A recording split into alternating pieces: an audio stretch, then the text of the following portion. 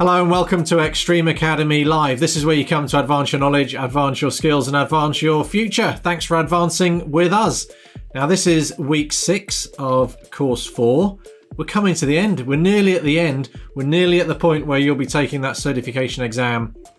You'll be getting that badge. And when you've got that badge, that's going to be evidence, it's proof to your current or future employer that you've got some skills, knowledge and awareness of what it takes to build some of the biggest and most critical networks in the world. So if you're doing this training, if you're watching live or online, make sure you take the certification exam, because that's what counts. Now, there's a few things new last week. We had David with us and seemed pretty popular. And we've got more of David this week. So when we get going, we're going to have Isaac and David just pick up where they left off last week on some of the topics they were discussing. And how did you like the lightboard demonstration that David did? Looks like it was popular and well liked. That lightboard has been sitting gathering dust in our office for best part of 2 years. So now we're, it's a little bit easier to go back to the office. We'll use that a little bit more. So expect to find that in some of our LinkedIn posts, our future training. Okay, I'm going to jump on the YouTube chat with the rest of the team. So if you've got any questions, I'll be there. Right, team, let's get going. Let's pick up where we left off last week. Enjoy the training. So the powers that be said yes, let's finish it off. So David, once again, last time we were here, it was still daylight, but we live in the UK, and just a few weeks ago, it was like 4:45, and it was already dark. Absolutely. So we're doing okay. Yep. So thank you for coming back, for agreeing to be recorded again. People loved what you did last time with the juggling. Some people suggested that you should become a street artist. Is that what you're suggesting?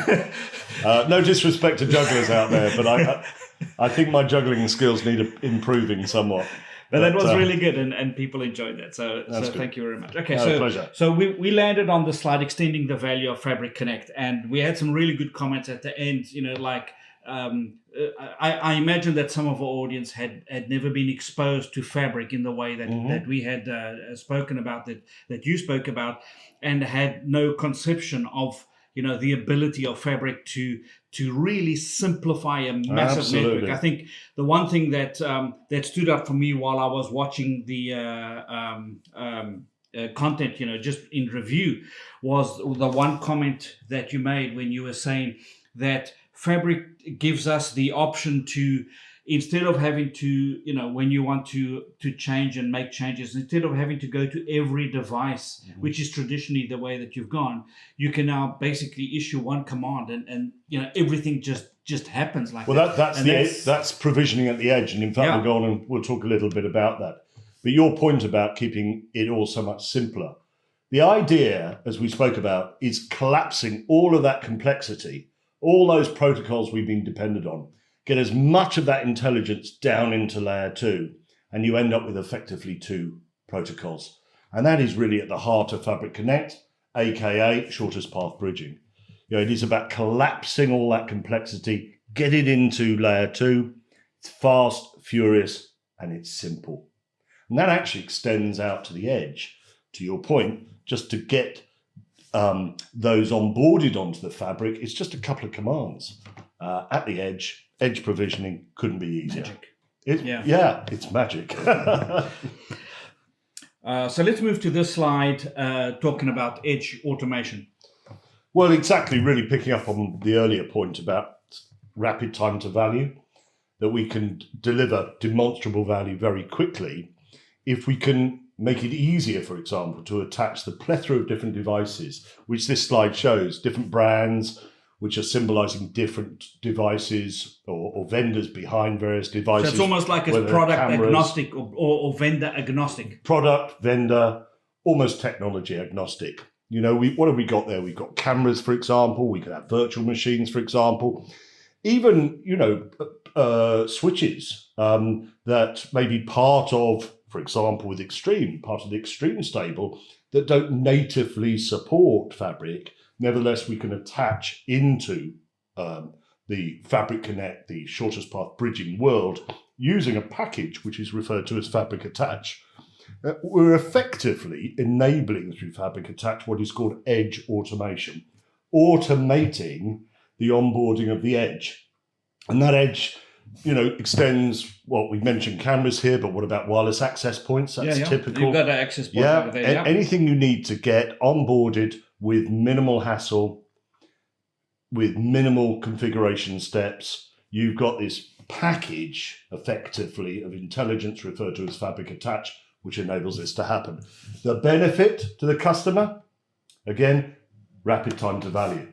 They're getting a benefit far faster than having to go through multiple manual steps to onboard an eclectic array of different devices. This device needs this sort of process. Another device needs another type of process to onboard. Here, you've got a kind of consistent approach to onboard, pretty much zero touch. In other words, you can drop ship these devices, out to where previously wherever. You had to send an engineer or contract the company to go and set this up. Plug and go is what you get. So, you can stage it, say at distribution, drop ship the products out to wherever they're going to be deployed and get someone just to plug it in, follow a set of prescriptive rules, color-coded cables, etc., and the device gets onboarded. And that's very much really like Extreme Cloud IQ, right? You take an AP, plug it in, boom, it connects, and the next thing it's waiting for its configuration. Absolutely. I'm glad you mentioned it. XIQ, Extreme IQ. We'll talk a little bit more about that in a couple of slides' time. But that's at the heart of really edge automation. From an investment, if you're going to make an investment in this type of stuff, ultimately, in everything that we do, not just networking, but in everything, time is money. If you can shorten the time to do a particular task, then you're making money. And this is, by doing this, you're shortening the time to do something that previously, just because of the amount of time, would cost you a lot of money. So it's not particularly expensive technology. No. But the fact that it's able to do that for you gives a huge advantage. It's flexible, it's adaptable. We've just been talking about zero-touch deployment, but what about decommissioning? With Fabric Attach, working with Fabric Connect, you've got basically services that are elastic. As you need the service onboarded, it reaches out to that device, connects that device, assigns a policy about who, what, where, when, why, the kind of contextual policy related to topics we talked about, or you talked about earlier in the Academy session around security. But equally, when you decommission a device or you want to move that device to another place, the previous connection is then withdrawn automatically. So you don't have some kind of connection that is a potential a ghost connection hanging there, which could of course be compromised by some cyber criminal. So it's always the weakest link, right? It's always those things. Well, you forget about it. You unplug a device, someone walks along, plugs another device in, they inherit that policy, but not with Fabric Attach. I love the term elasticity because that's effectively what we're delivering here. Service elasticity, a mashup of two great technologies. Well, it's one technology, but two kind of aspects of it. The heart and soul, which is Fabric Connect, shortest path bridging, and then Fabric Attach, this bundle of intelligence that allows you to extend effectively Fabric Connect out to the edge and then withdraw it when it's not needed, with minimal effort at the edge. To your point, you don't need to keep sending engineers out to both onboard or decommission. So if plug you and take, we've been talking and using the example of campus and a university network and stuff like that. And in our heads, that's a lot of little buildings. But if you take even an event, like, for example, let's say a World Cup, or you take the Olympics, the Olympics, which is, it's going to be in a place for a temporary point of time. There's going to be tons of people coming in, journalists and everything. So they come in, they expand, it grows, they leave. This is perfect for that type of stuff. What a great use case. Yeah. Absolutely. What a great use case. Yeah, those sort of large public venue environments, those big stadium environments, absolutely. Even disaster zones where they can come in and there's temporary needs. Temporary grow and but it equally works in sort of more permanent kind of infrastructure solutions. For example, variable speed limit gantries across freeways and motorways. Those systems can all be easily connected, again, using Fabric attached.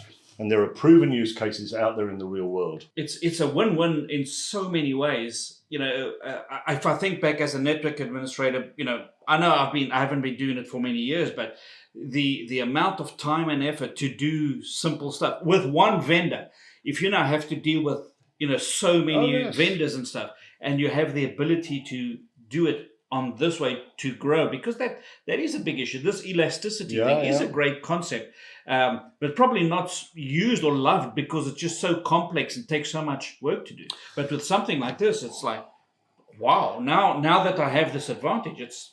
And I'll tell you, this is turbocharged now by the reality, we're living in the age of IoT. So this really lends itself to that sort of environment. We're talking we're really talking about expansion and massive. Absolutely. Wow. Absolutely. Yes. Indeed. Right. Okay. So network agility. This is what we've been chatting about. Well, let's just look at what Gartner has said here. Yeah. We hear a lot from Gartner, but back in 2019, a strategic roadmap for networking then. As demand for network connectivity increases, managers are being asked to deliver more services, make more changes, if you like, at an increasing pace.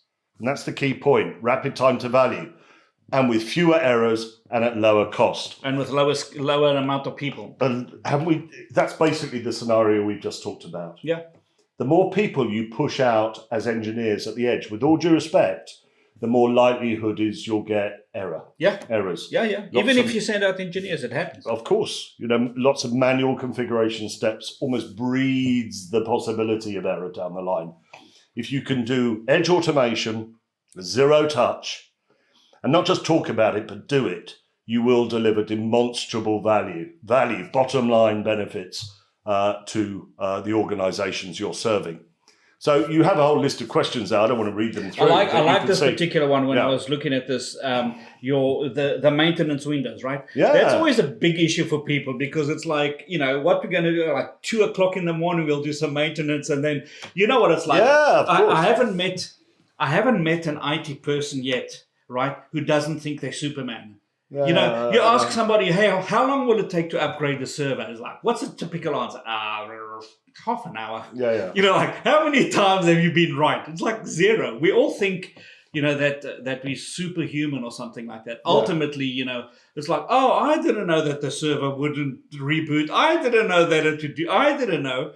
And so maintenance windows, are something that you have to do for a business. But of course. But they're dangerous things because if it goes wrong, and it goes wrong, it's like, it's a real issue. You also want those maintenance windows to be accurate. When you say it's going to take 2 hours, you want it to be 2 hours. Sure, absolutely. So you need accuracy because businesses demand to be able to, there are other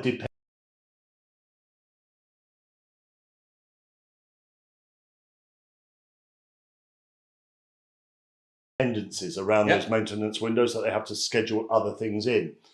And also the ability to move maybe those maintenance windows to more convenient times. You can do that with Fabric. Absolutely. I don't want to be called out at 3:00 on a Saturday morning.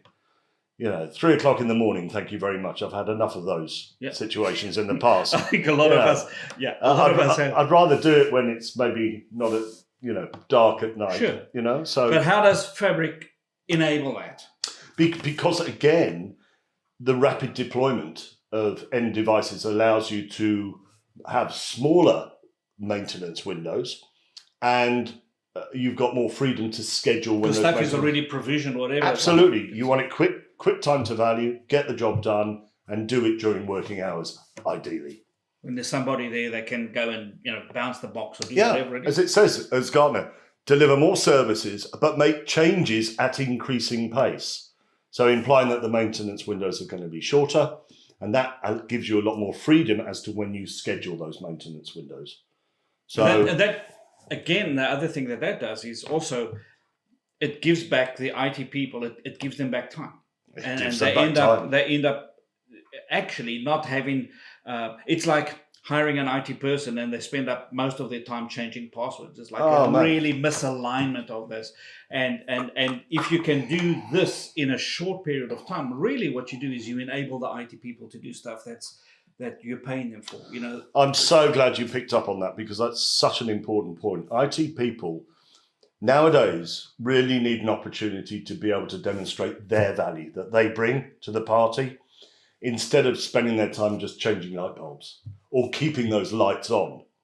And with this sort of approach, a lot of the more prescriptive tasks that would be typically associated with configuring devices, particularly edge devices, is taken away through zero touch, through automation.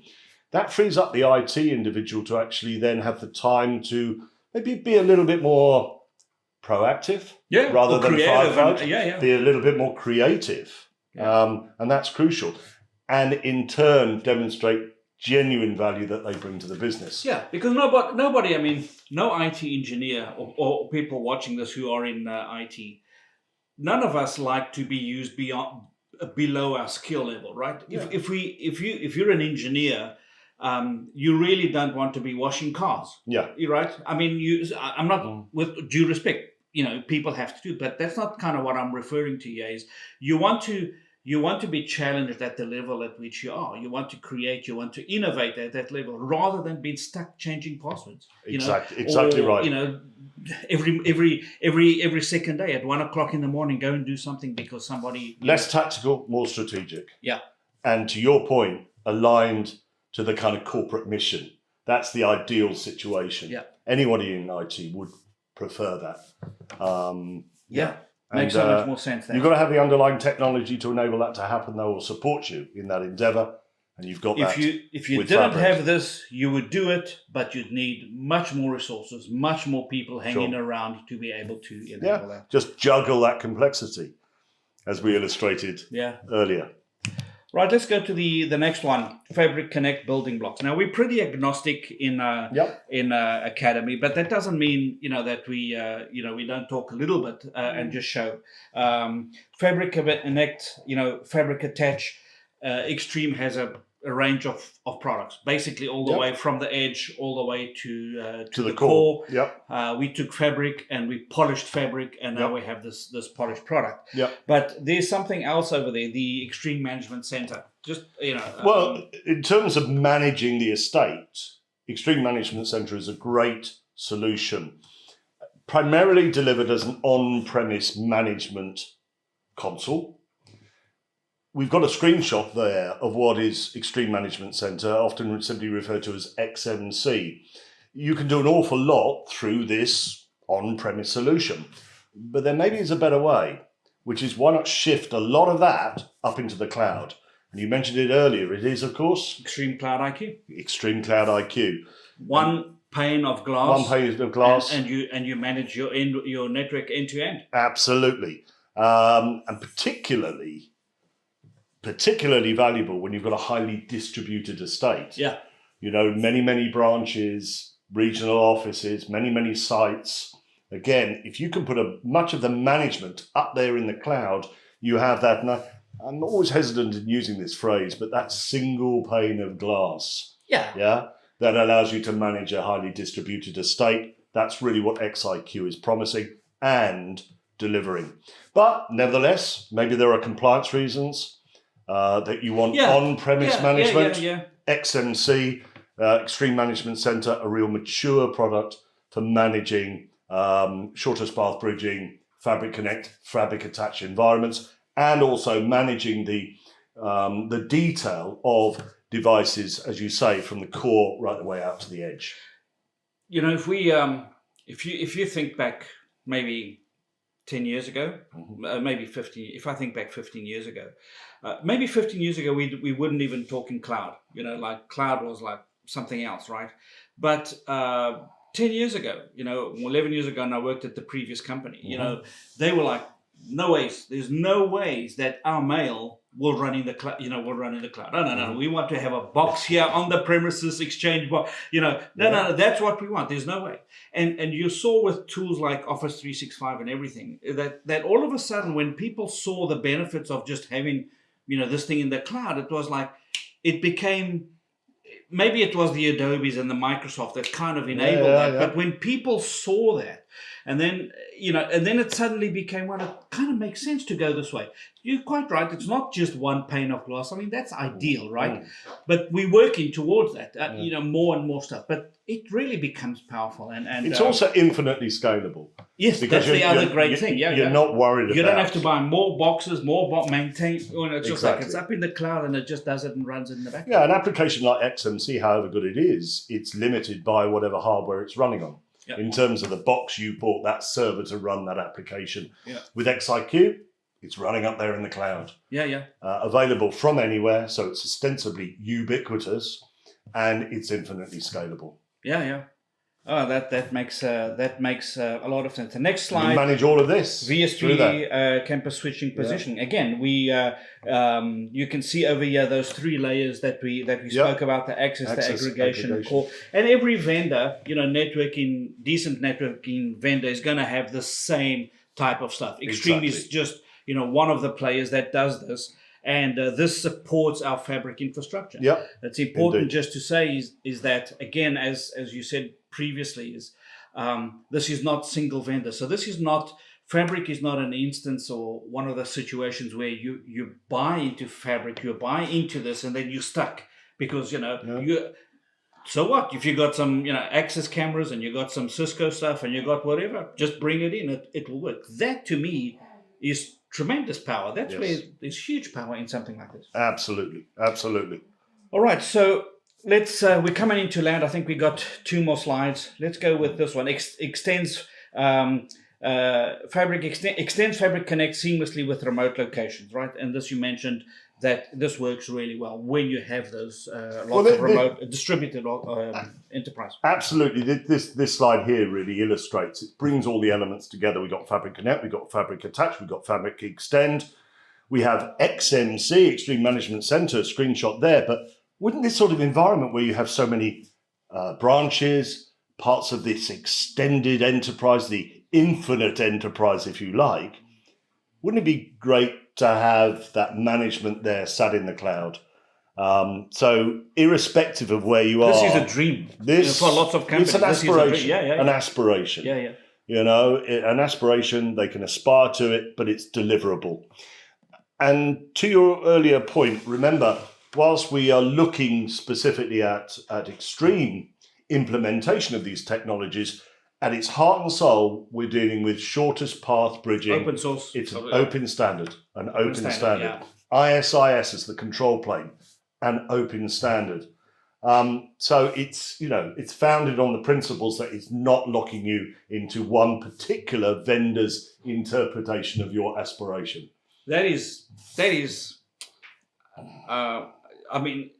That is so powerful. That statement in itself, not locking you in. There are so many people that I've spoken to in the past that have, feel locked in. Like we locked into this vendor and we can't get out. Or, it's hugely. And to be able to have an open standard like that, it's like ISIS, dude. It runs it's ISIS. Absolutely. I mean, there's nothing proprietary. That makes it fun. Indeed. All right, so let's. But this is a great slide, isn't it? It kind of sums up really. As a summary, what problems is Extreme Fabric Connect solving? Time to service, time to value. Yeah. Ongoing operations. You've got visibility,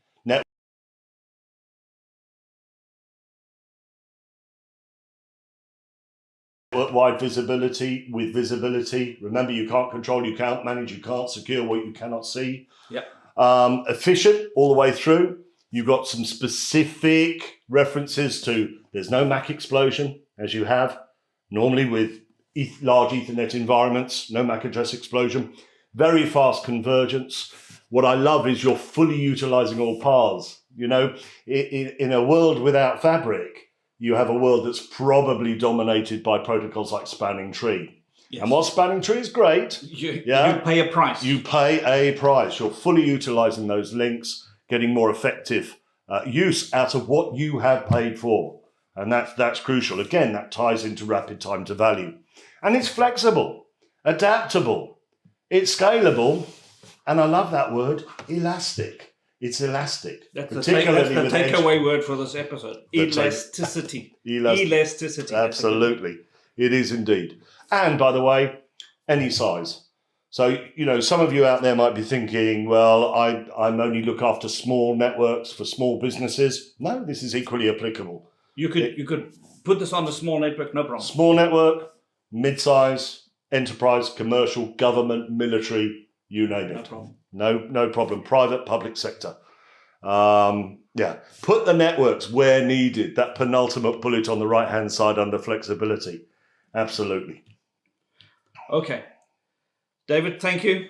An absolute pleasure, Isaac. I want to ask you one question, a bonus question for you. Oh, right. So this might make it to the episode or not. I'm not sure, but okay. It is putting you on the spot because I don't have a slide for that. Extreme and guys like Ed Kohler and stuff talk a lot about Fabric from a security point of view. Mm-hmm. What is it about Fabric from a security point of view that makes it so attractive? Okay. Security is a complex topic. It's a big topic, as you know. I don't want to spend an hour we cover on it that, extensively. I constantly see videos where Ed and others are talking about Fabric, the advantages that it has. I mean, I would say the relationship, if you like, or one of the key benefits that technologies like SPB, Fabric Connect bring to the security piece is that point I made a moment ago. It's about visibility. It gives those that use it the visibility they need to then be able to spot the breach and mitigate the risks and the threats related to the breach. It's not to say that it's impermeable, its defenses will not be breached. Of course, the cyber criminal is a very, very smart adversary. And there is a natural imbalance between the relentless attacker and the tireless defender. We as the good guys, things, the balance is stacked most certainly against us. But armed with basically a tool set, and I like to think of it in this way, that is founded on the principles of keep it sweet and simple, you inherently de-risk the environment. With complexity comes risk. With complexity comes the ability for the cyber criminal to hide within that complexity. Yes. Yeah. That makes but sense. with Fabric Connect, you've got a simple stack. Remember, fundamentally only two protocols, one for the data plane, one for the control plane. And you have network-wide visibility. Now that gives you a solid foundation upon which to then add other security measures. On its own, no, I would never recommend this on its own for security. Yeah. But if you're practicing defense in depth, layers of defense. Any house that's built on proper foundations has a better chance, right? A platform approach. Yeah. Proper foundation. Absolutely. And with this, I have to say you have a very, very decent foundation. So if I was to cite any argument to say, does this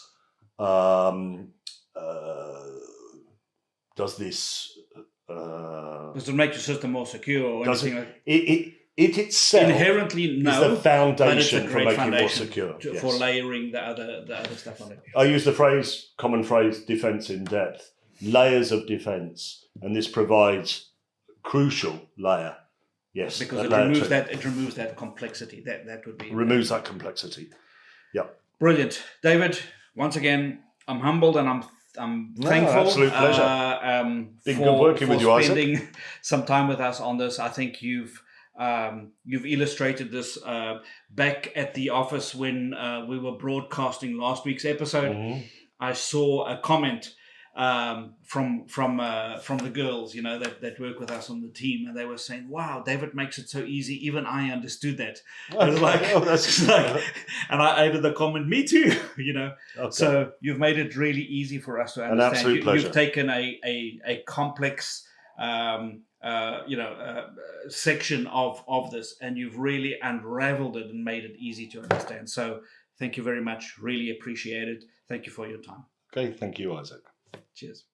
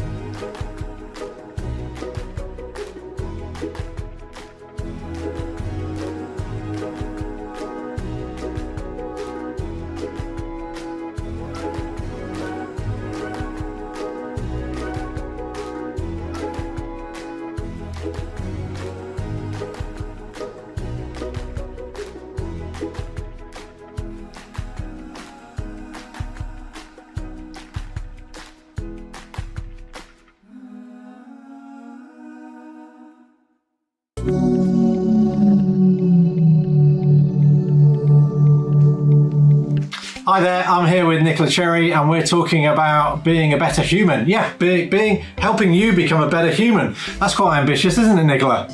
It really is. Hi, everybody. Well, we're serious about it. We've got some topics that we're going to cover each week here in Extreme Academy, and these are the topics that companies really care about, and they probably don't really cover them at school. You might have heard about them at college. Maybe they were touched on in university, but these are hot topics, and these are the topics going to help differentiate you against your peers when you're going for that job you really want, or when you're trying to progress through an organization. So this week we're talking about giving back, volunteering, or CSR. There's lots of words for it. So Nicola, why don't we start just by defining what CSR, what that acronym stands for, and what it means to companies like Extreme. Yeah, of course. Yeah, it is one of those acronyms that people have probably heard but don't necessarily fully understand. So CSR stands for Corporate Social Responsibility, and it basically means that companies have an important role to play in society, not just from a financial perspective, but more from a philanthropic perspective too. So things like environmental issues, which are hugely prevalent in society at the moment, giving back. So one of the things you mentioned, be that charitable donations or volunteering days, that sort of activity. So outside of the financial remits of the company. It's really expected in society now that companies do this, and it is really important for companies to be seen to be corporately and socially responsible. I'd summarize it as being a good corporate citizen. Ultimately, it ties into ensuring that we have an overarching view of wider society, what's important out there in society, and making sure that we represent that, give back to it, but also have all of those viewpoints included within our organisation. Nicola, what's the difference between somebody in the audience now, what's the difference between somebody who really embraces that versus somebody who say doesn't have any awareness of it? Yeah, so from a company perspective, and when we're looking at bringing talent into the organisation, it's really important for us to see individuals in their true selves. So whatever that looks like. And for people who are truly embedded into the importance of this type of activity, they just bring an entirely different view, one that we embrace and we need to hear about as an organization as we grow. We need people to bring their whole selves to work. And by doing that, we have a true diversity of view, of opinion, and with that breeds innovation and, great success. So it's really important for us to see right from the outset that people have this in them and that they view it as important. It isn't just something that we do, it's something that we believe in and something that we strive for. And so if we can see that in individuals right from the outset, it stands everyone in really good stead to get that really whole view of society and getting all of those different opinions and ideas to the table. So some amazing words you use there. So it's about belief in what they were doing. It's not just about ticking a box and having done some voluntary hours and putting it on your resume. It's about why did you do that? Absolutely. And that's what it is for Extreme as well. So we have, there is an expectation that we have a CSR policy, but it's much more than that. It's about wanting and believing and really driving to make the changes within society and giving that back. And we want to see that reflected in our individuals coming into the business and into the industry generally as well. So Nicola, do you have any advice for the people watching on how they should think about this, what they should do? Yeah, absolutely. I think the first and probably most important piece of advice is be confident in who you are. Companies like Extreme want to see you and what you stand for and what you believe in. So be confident in that. I guess the next thing is to think about what that actually looks like. What does your whole self truly look like? And bring that to the table, be it interview at the start of your career, every interaction you have as you go into the industry and with companies, it's good to just truly understand what that looks like for you and to bring that to the table. Great advice. Final question. So imagine you're interviewing somebody. So it's somebody in our audience watching this now. Imagine you're interviewing somebody. What's your top question that you would ask to try and draw out this topic and try and find out? Are they really on this? Do they really know what's required? Okay, good question. Yeah, I think one of the questions I would ask is, if I were to ask your closest friend, what drives and motivates you, what would they say? And the reason I do that is it's very easy for me to ask an individual what drives or motivates you. But to take it to a third person and think about, is that what I actually project out, is really important. So I get much more from a question about a third person in their life, a close friend or a family member, than often just asking directly what drives or motivates you. Okay, wow, you got me thinking now. I'm now thinking. Are you thinking about that? So think about that question. That's the kind of thing that you get in interviews, especially in corporate organisations in the IT industry like Extreme. So have a think about that. Nicola, maybe an idea is that somebody may want to go and talk to their peer group, a friend or a family member, and ask them. Maybe talk about that. Absolutely, definitely. Yeah. It's really good to get that other perspective and to bring that with you, because you need to know how you're presenting yourself as well and how other people see you, not just how you see yourself. Fantastic. Well, Nicola, thank you. Thanks for taking some time to talk to the Extreme Academy team. This has been Being a Better Human. Look out for more topics. Thank you.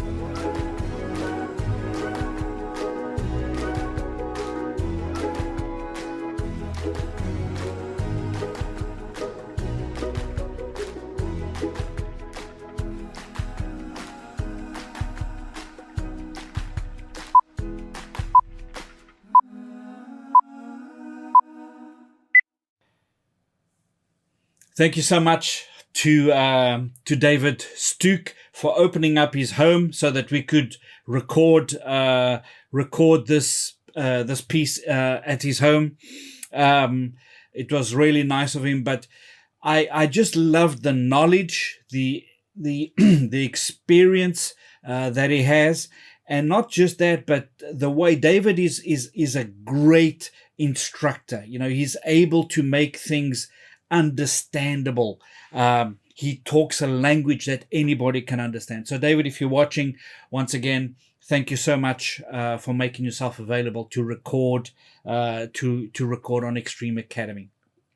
Okay, so the next module that we're going to be talking about for the next half an hour or so is going to be security. Now, when we say we're going to be talking about security, this is not, I mean, there's hundreds of vendors out there that do security, and that's all they do. I'm going to be talking about security as an approach, as a philosophy, as remember, this course is about building scalable, resilient networks. And so you can't say, well, I've got nothing to do. I don't sell security products, therefore I'm not interested in security. No, everything that affects the network, in some way, you have to do your bit to be able to provide the tools for customers to then build on top of that a proper security. Having said that, as we spoke about with David, Fabric does introduce a really interesting layer of security when you roll that out. But it doesn't mean everybody uses Fabric. So how do we think about security?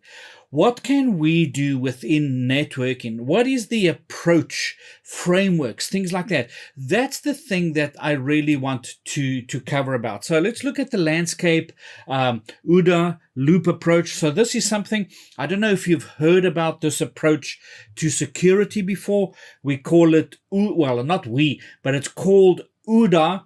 And I'm going to be explaining a little bit more. It makes an enormous amount of sense when you hear it and you understand what its intention is.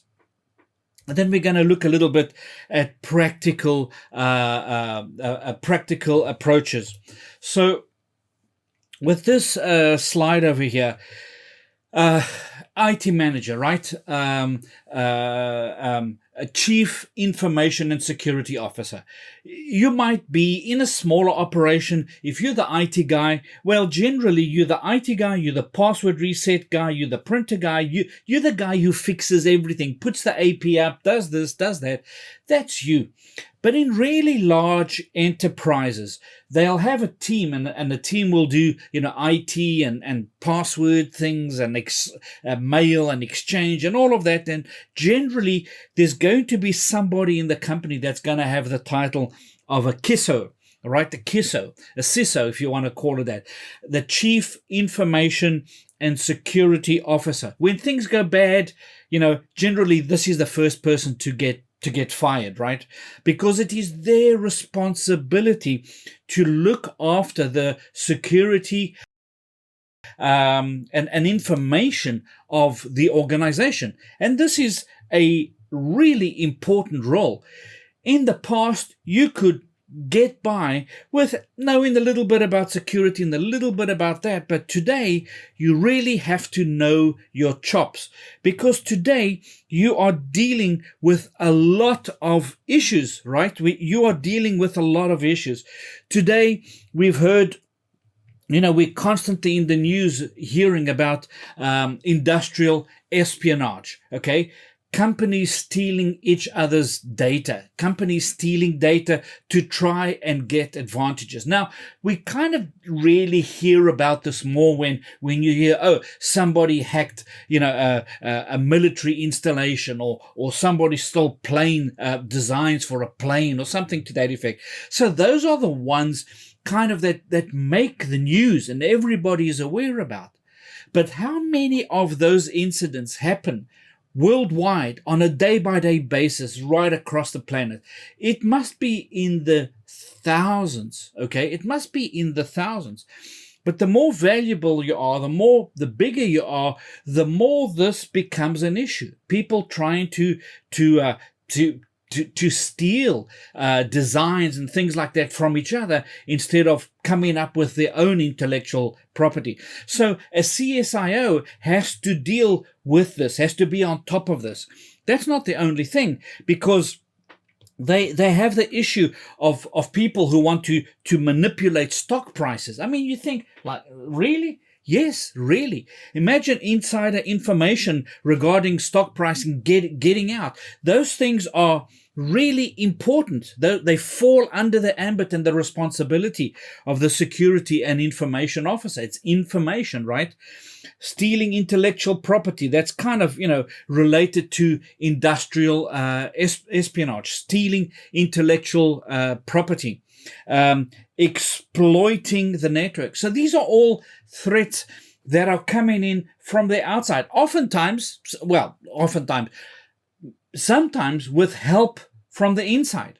So not only is a CSIO sometimes fighting the people out there, the baddies, sometimes they got to deal with the baddies inside the organization.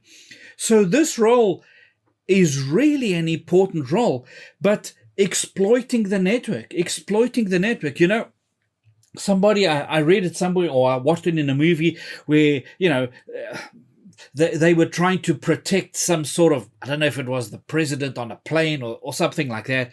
And they said, well, for them, they only have to get it right once. They only have to get access once. For us, we have to prevent it every single time, So we have to prevent every type of attack. For them, they just need to get through once.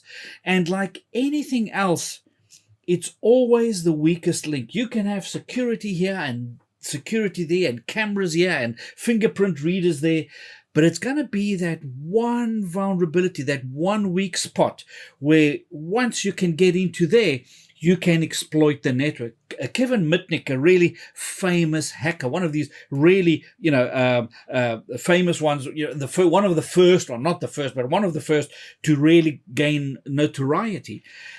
He was a hacker, but even he said he wasn't particularly brilliant at what he was doing, but he used social engineering, talking to people. Hey, I'm from the telco company. We've had a lot of reports in the area that bandwidth is that your internet connection is quite slow and stuff like that. And so I'm here just to check the circuits. Who doesn't want a faster internet connection? Of course, And so that was how they got in to exploit the network. What about, stealing customer data? Well, again, that's kind of linked to there, right? Stealing customer data, customer records, credit card information, maybe medical information. Pivot through us to attack our customers. So we have databases with information of our customers, where they live, If they exploit us, they can then exploit our customers. And so you'd think, well, that's just, no, that is the job of the CSIO. Fraud, committing fraud, damaging our brand. No banks, you don't often hear, that banks have been hacked. And there's two reasons for that. Either they genuinely have such good security that they really are not ever hacked, or they are hacked and they keep silent so that they don't lose all their customers. Because you can see, if somebody were to say, hey, Bank ABC, I don't know if there's a Bank ABC, Bank whatever has been hacked, people got through and stole money. How will that affect the confidence of the people, the customers who bank there? It'll be incredible, right? So these are issues that the CSIO has to deal with on a day-to-day basis, just from the outside. But it doesn't stop there. Because there are also requirements from the inside. And I'm not talking about hacking from the inside. I'm talking about things like this, boardroom directives, right? You might be an organization that has been in the US all the time. Now you have to have an office in the in Europe, and suddenly what happens is you now need to handle GDPR. So from the boardroom, you get a directive. Listen, we need to deal with GDPR. And this means you got to do this on top of everything that you have to do. You've also now got to do stuff like this. So, you got to deal with budget, stock price from the inside, right? You have to deal with changing landscapes. Companies, the speed of change in companies today is something incredible. And you have to deal with that as a CSIO, opening new branches, rolling out more fiber, connecting, dealing with ISPs in different countries, different languages, all of those things. Then you're going to have, hopefully, the reason that people are watching something like this is skill shortage, right? It's a massive problem in our industry that we have a skills shortage. That's one of the reasons, fundamental reasons for Extreme Academy, because of such a shortage of skilled people. People want to do social media, they want to do all sorts of stuff, and not enough people are going into networking, into security, in this type. So there's massive opportunities there. But if you can't get hold of people, how do you do all of these things? So these are important business demands, compliance, regulations and fines. You think about some of the ISO certifications, 27001 and others that Extreme Networks has got. That takes a lot of effort, but it also falls under the ambit of the Chief Information and Security Officer. And they have to make sure that they comply with all these regulations to be able to get a certificate. And if you get those certificates, it brings prestige to the company and it brings prestige to the product that you're selling. So let's look at where security failures come from. We know where the threats are coming from, but let's look at where the security failures are coming from. And you can see we have, firewalls, actual hardware devices, authentication systems, security systems, passwords, things like that, documentations, procedures, IP cameras. These are places where the security failures actually happen. How many times have you heard, how many times have you heard of people who have security cameras at home and they connect them to the internet, but they never change the passwords? Or they have a television with a security, with a camera on it, and they just leave it as the default passwords. I mean, it's so common. So many people do that. And you'd think that in the enterprise that wouldn't happen. It happens, right? It really happens. And one of the reasons for this is because you use a bottoms up approach to design methods. It's tactical. So something happens over here. Oh, so let's address that. And you kind of just fix that and you just go and, until something else manifests itself. So it's tactical. You're putting out fires instead of figuring out a strategic approach. You use a tactical rather than a strategic approach. And for you to be successful today with this, you actually have to have a strategic. Security can't be an afterthought, right? It's like, we've done the network. Oh, we should think about security. Kind of. It has to be right there at the beginning of everything. You've got security is not a bolt-on. Security is part of the foundation of whatever organization that you're trying to build. You can't keep chasing the threat of the moment. Now, one of the big issues, and this was certainly something that I saw when I ran my business. And I mean, you can put it on the chat over here, and maybe it was just me. But when I ran my business in South Africa, having said that, it was 15 years ago, something to that effect. You talk about security and it's like, I think it's overrated. We don't, but who would want to attack us? Who would want to hack us? What have we got? There's nothing that we have. I heard that many, many times. Maybe it's changed nowadays. I don't know. So people only saw it as a cost center. It's like, yeah, IT and security doesn't make any money for you. You know, they don't sell stuff. If you're a finance person and you're watching this piece, if an IT guy has said, hey, boss, you need to watch this. Think of it the other way around. Think of it, what happens if we do have a breach? What happens if they do steal our data? What happens if they do get into our customer records? What is the cost to our organization then? That's how you've got to think about this. And so if I'm the only one who's seen that, then tell me, hey, you're the only one. But if you've seen that approach, who wants to steal our data? We've got nothing to steal. Put it here in the I think it's on this side. Put it there, and let's just see how many of you have encountered something like that. One of the other things is, the other problems is us IT people. We make these problems ourselves. Why?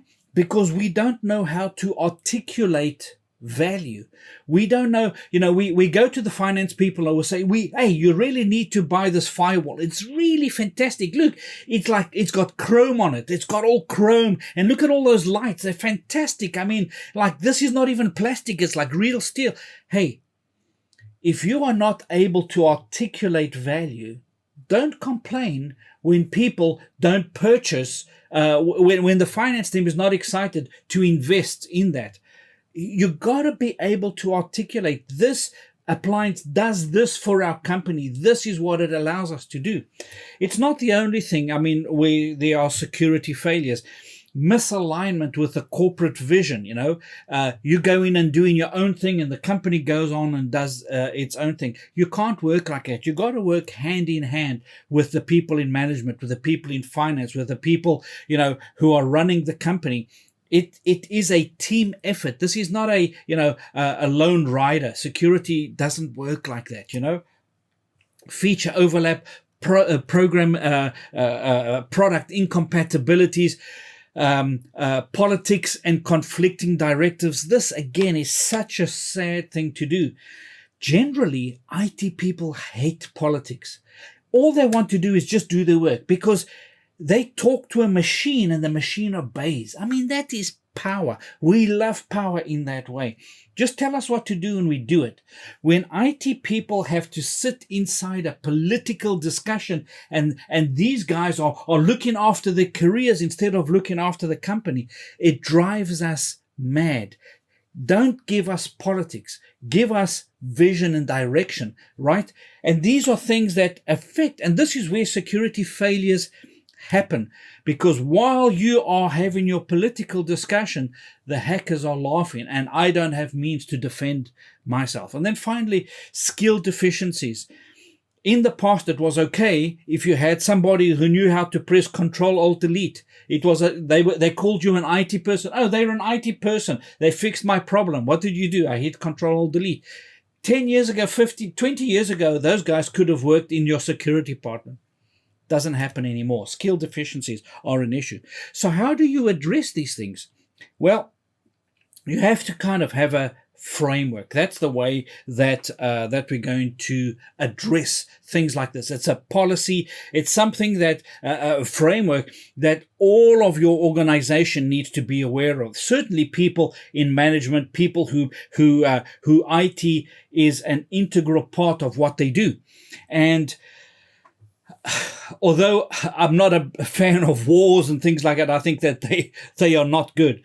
But they are environments in which good people come out of, because they learn a lot of how to work under pressure, under fire, how to manage people, how to manage systems, how to defeat an enemy under fire.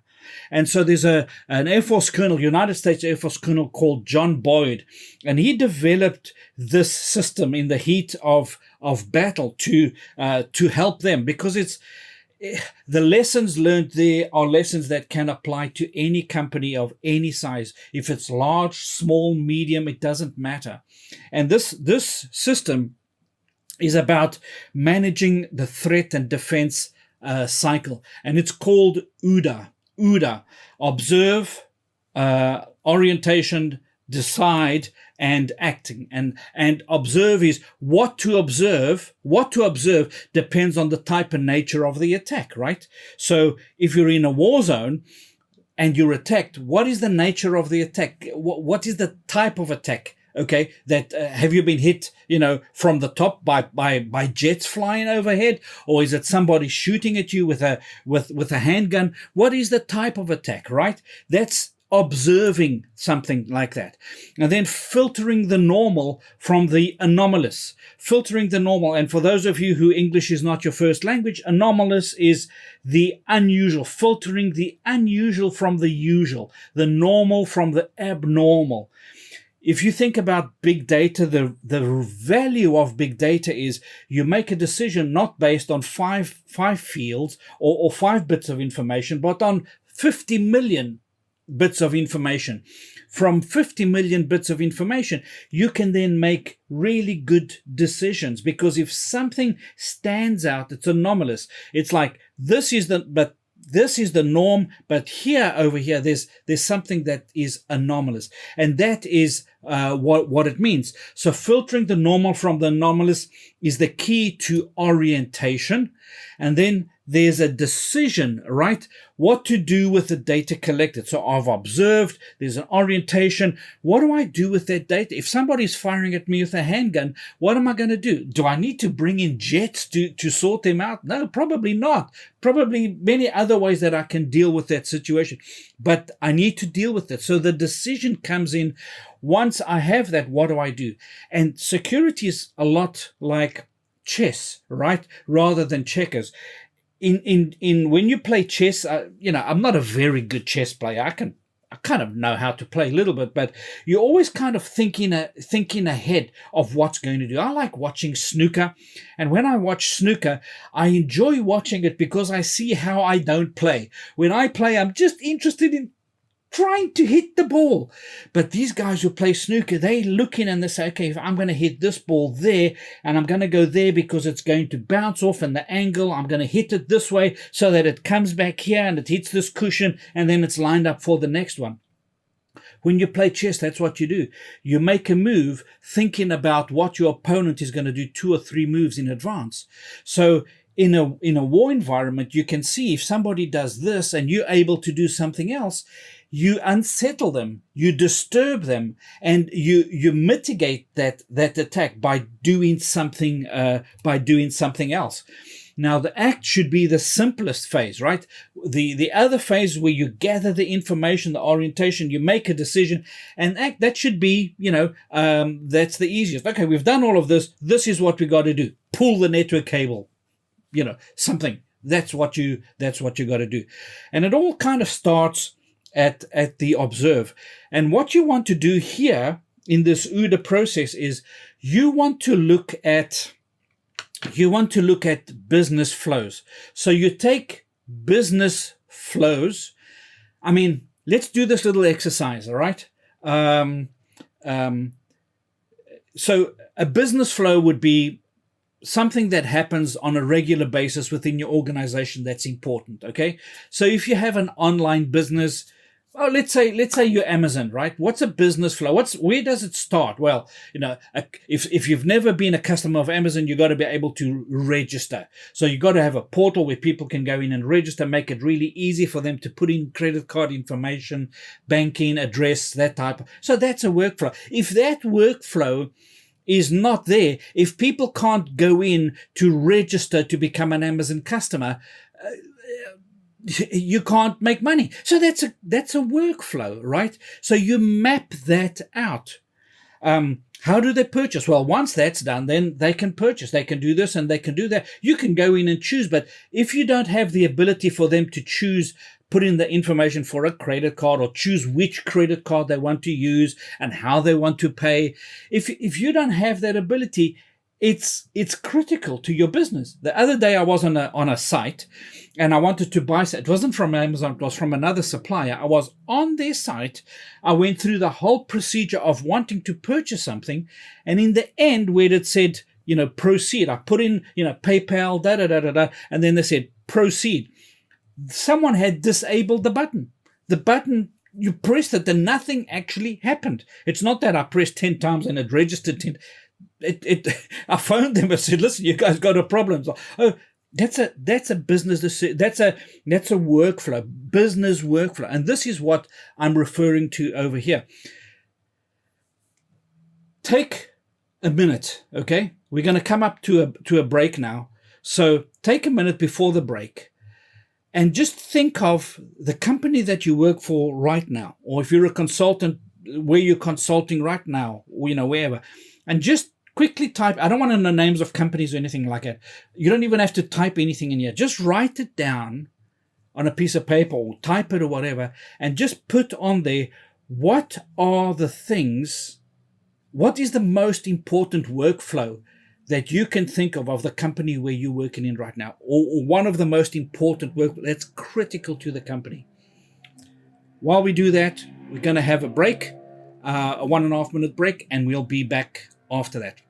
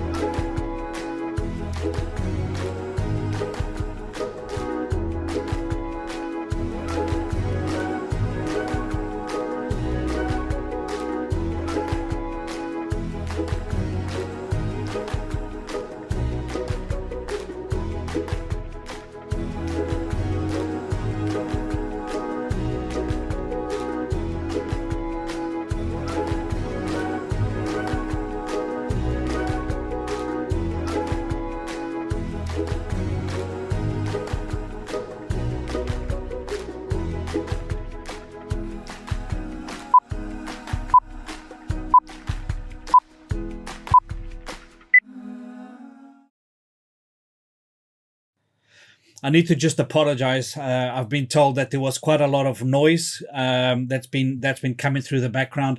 I've just closed my curtains. I should have had them closed from the beginning.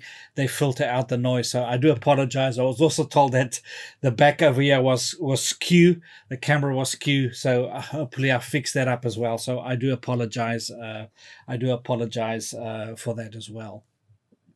So many things to take care of when you're running when you're doing things from home. Anyway, we were talking about OODA, and we were talking about observing, and we were talking about those workflows. And I asked you just to write down, one immediate thing, one workflow that is critical or would be critical to a business. And I'm sure you've all easily been able to do that.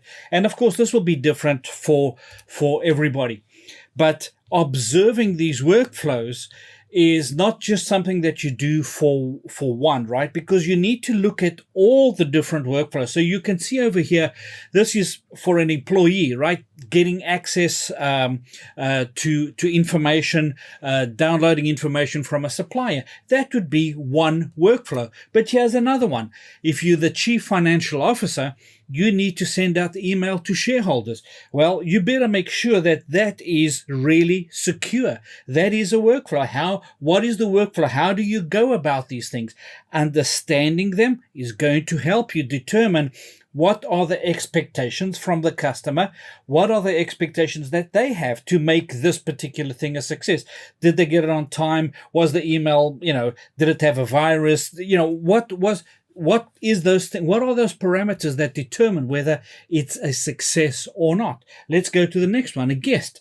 Customer requiring web access. Customer accessing the internet, for example, sitting in your reception, doing some online shopping. what are their requirements as well? They are your guests. They could be somebody coming in for a job interview, for example, or for a new supplier interview. What is the workflow for those people? And then securing remote access for third party, for IoT devices. Like I mentioned earlier, how many people, have a TV at home with a camera and they never bother to either switch it off or to put a secure password on it, and that TV is connected to the internet. Everything nowadays is connected to the internet. Smart devices.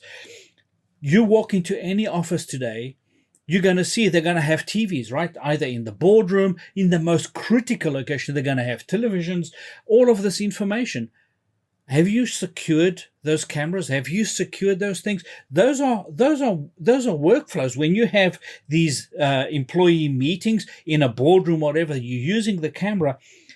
Have you protected that as the workflow that you've put together for those types of board meetings?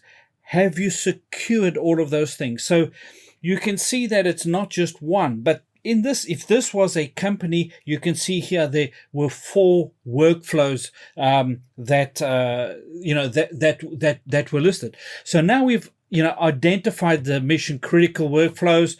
Now we need to find out what are the associated threats and the associated risks with something like that, right?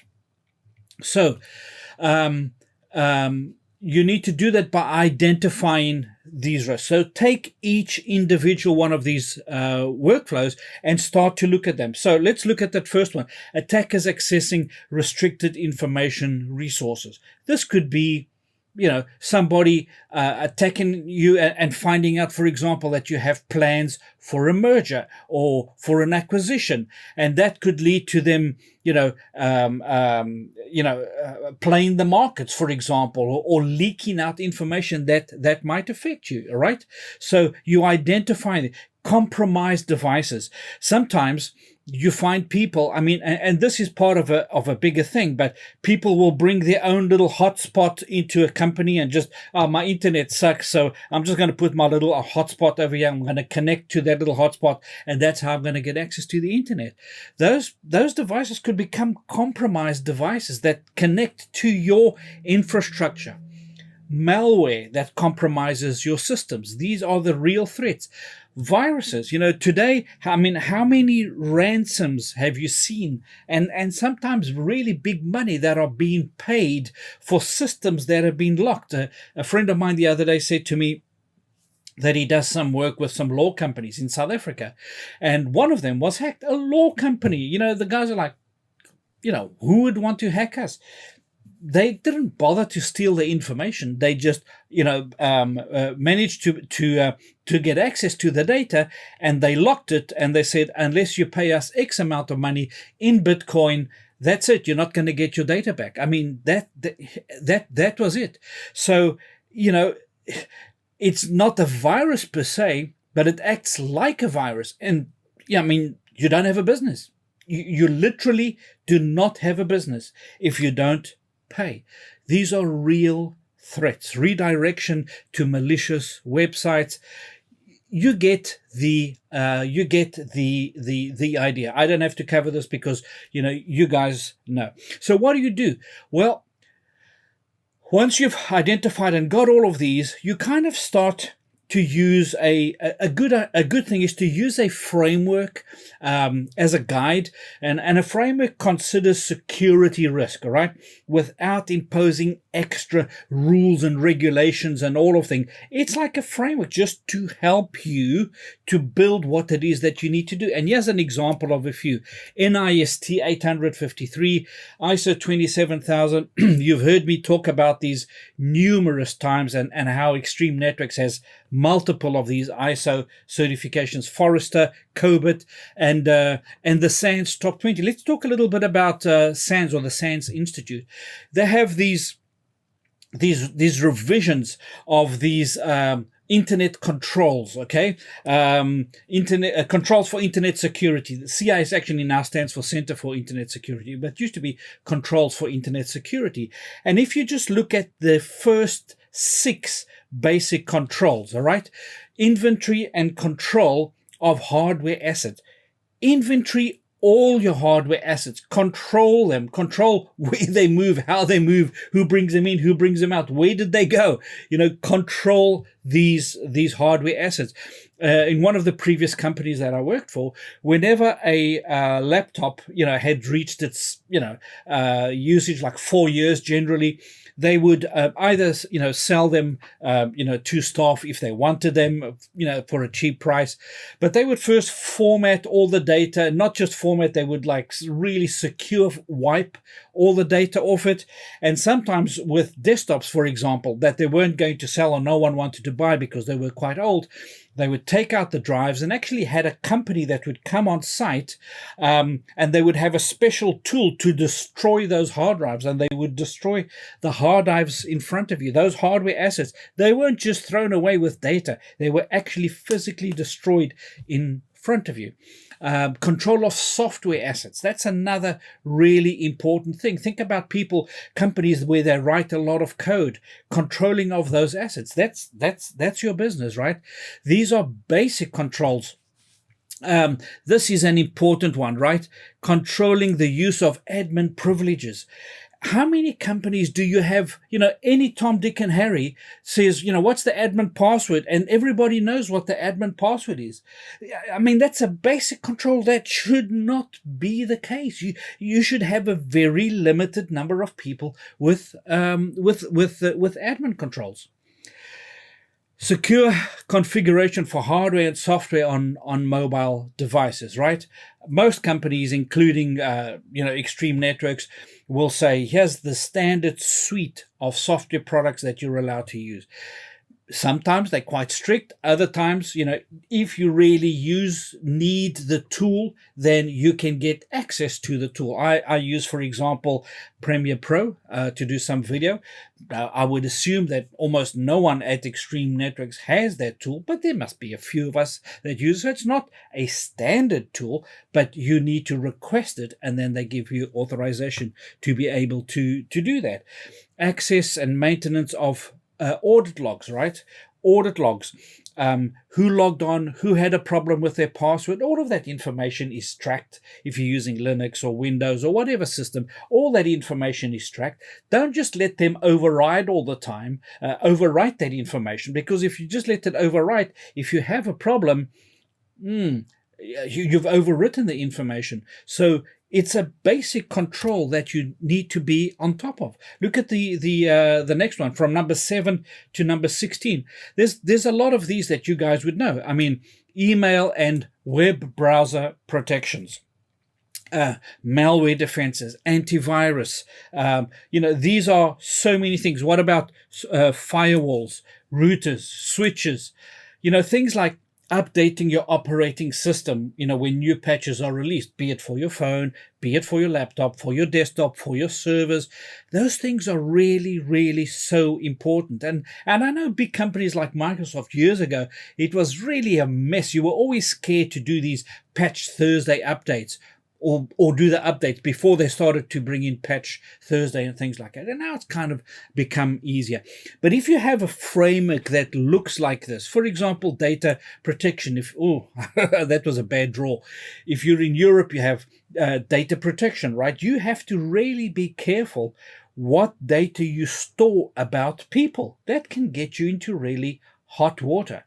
And so these frameworks, they don't solve all your problems, but what they do is this orientation now is going to show you where those gaps are and what those threats are for all of these gaps. Look at the organizational control. So this is not just on the desktop level, it goes up. For example, incident response and management. So if you are hacked, that's the wrong time to decide what it is that you're going to do, how you're going to react. If it's too late at that point to decide. So this should be something that is planned way ahead. If we are maybe we shouldn't say if we are hacked, but when we are hacked, this is the procedure that we will follow.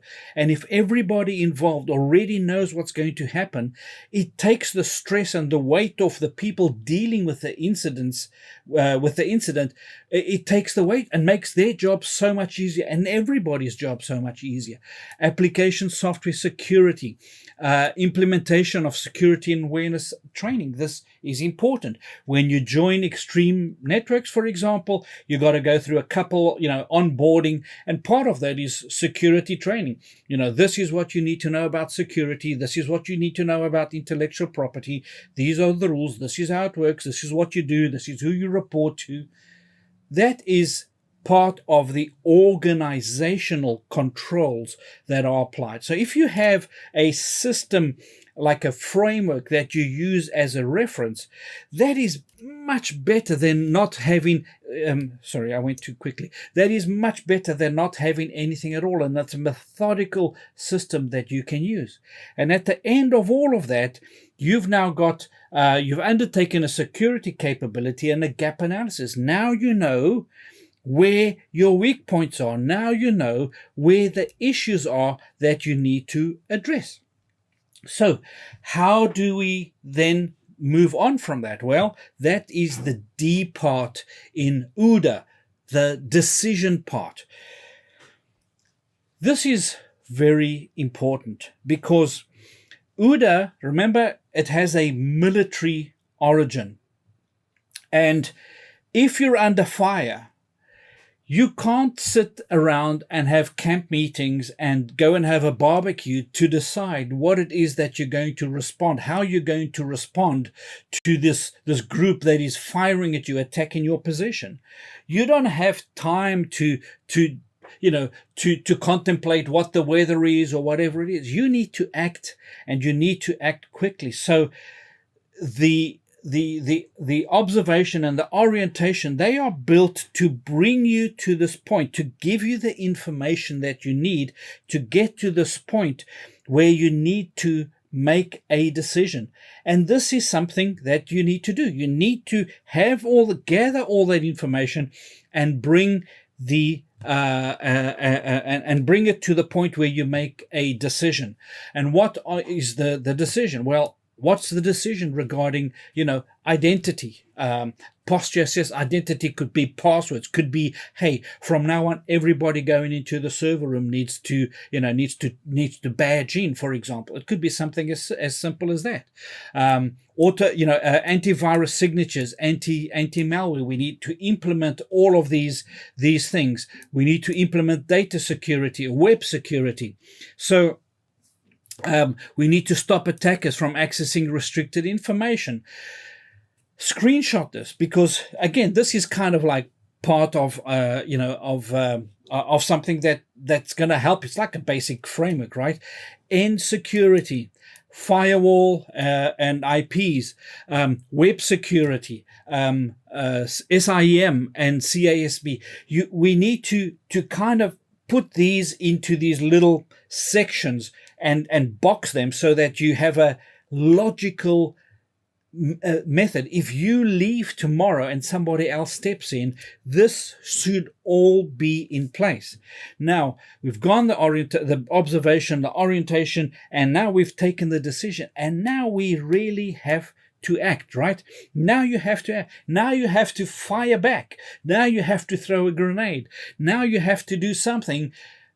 You've taken the decision. Now it's time to do it. When you watch any of these movies, I was watching Private Ryan a while ago, there comes a point where you've seen, you know where your enemies are, you know what you need to do. There comes a point where you need to get out of your hideout and you need to go and do your things. And this is very, very important. You've done the security analysis. Now you need to act. This acting needs to be done really, really quickly, because again, because of the military background, it's acting quickly where you catch your enemy off guard. If you take too long to act, the enemy reacts. They threw a grenade. Well, nothing happened. I'm going to throw another one. Maybe, maybe they're gone. I'll throw another. I'll lob something else at them and let's see what happens. If you act, the important thing is that you act. Some people think, no, if I act too hastily, then maybe it's a problem. Maybe I should just wait. When these types of issues come up, it's better to act really quickly, even if you don't get it all right, because you could throw them off guard. You could throw the people who are trying to penetrate your systems off guard. And then based on what they've done, you can adjust. And the idea over here is to act really quickly. And then as soon as you've acted, you then go back into the OODA cycle and you start that whole cycle again. So I acted. This was their response. This is what they've done. Oh, wow. They stopped attacking me through this vector. And look, they've attacked another site of mine. Okay. So we go through the observe, the orientation, the decision and react, and we do that again and we respond. And when somebody does something else, we go through that process and we keep doing this. So it's like you have this circle of decisions, of gates, of things that you do. And you can see that as you do them more and more, you're going to be closing the vectors. You're going to be closing the places where you have gaps. That's going to get tighter. If you didn't have antivirus before, you have them now. If you didn't have malware protection, you have them now. So you're reducing your ability to be hacked. You're reducing the footprint. Choice, you have lots of choice, right? These are, again, a set of challenges. You can see just from the screenshot, how many hundreds and hundreds of security companies and security products that are out there. The important thing, very important thing, is that you act so that you can overcome the challenges of complexity, threat intelligence, and all these things that you see on screen. I hope this has been useful to you. It's not designed to tell you every single way about how you defend your network, but it's to bring to the surface a understanding, a knowledge, a awareness, maybe more than anything else, an awareness of security when building large networks. Yes, Extreme doesn't sell firewalls, and that's done by other people. Yes, we know that. But within the network itself, move from tactical to strategic. Let that strategic be your goal. If you're sitting at tactical at the moment, it's okay. Lots of people are sitting there. As long as you realize that that's not the place where you need to camp. Where you need to camp is in strategy valley, strategic valley. That's where you need to be. The framework helps you to get here. OODA helps you to get to that point. So use the tool, research the tool, go learn, go do a course on OODA. Empower yourself. And by no means is OODA the only one. There are many. We're not telling you, this is the only way to do it. It's a framework. It's a system to help you to think about large security, large systems, to think about the security, how it's done within these systems. I hope you've enjoyed that. I've enjoyed teaching it, and I'll see you guys back here next week, same time, same place. Cheers.